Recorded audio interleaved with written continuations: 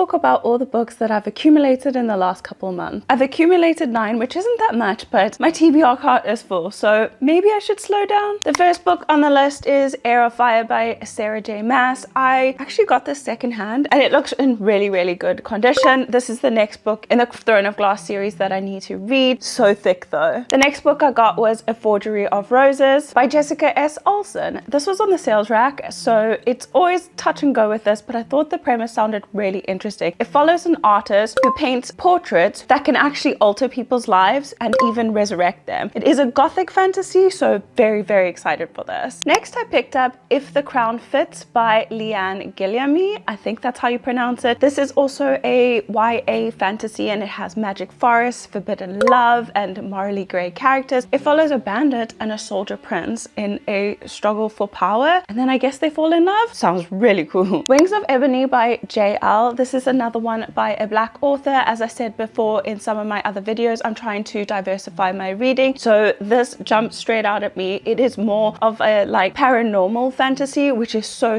interesting. It involves gods and she's a demigod, apparently, our main female character, and after her mother was murdered, she kind of goes on a revenge spree against the gods. The Party by Natasha Preston. I've heard so much about this author and I saw this book and I thought I'd pick it up. It is a YA thriller, so it should be really fast-paced and fun. It follows a group of teenagers in the UK who go to a remote castle for a weekend of fun, but when one of them dies, obviously the party turns deadly. The Baby Dragon Cafe by A.T. Qureshi. I think that's how you pronounce hers as well. This is a cozy fantasy. I don't love cozy fantasy. I'm really intrigued by this. Our main female character opens a cafe where you can bring your pet dragons, but she doesn't prepare for them actually burning down everything. That could be really cute. The next two are part of a series and it is The Way of the Argosy and The Fall of the Argosy by Sebastian de Castile. This is part of a larger series which is 13 books long, and these are prequels. There was a third, but I didn't grab it because I thought I'd just grab the first two, see how we feel about it, and then we can go from there. But this follows again a vengeful female character whose family and whole village was taken out by these mages, so she goes on a revenge spree, but first she needs to learn about her magic. It sounds very, very interesting. I love a revenge plot and I think it would be an adventure. Lastly, we got The Society for Soulless Girls by Laura Stevens. This is actually a sapphic YA dark academia Jekyll and Hyde retelling. That is a mouthful. Jekyll and Hyde, but from a female point of view, so it is a retelling and it sounds very different from what I normally read, so I'm very excited for this. Please let me know if you've read any of these and what your thoughts were and what I should read next.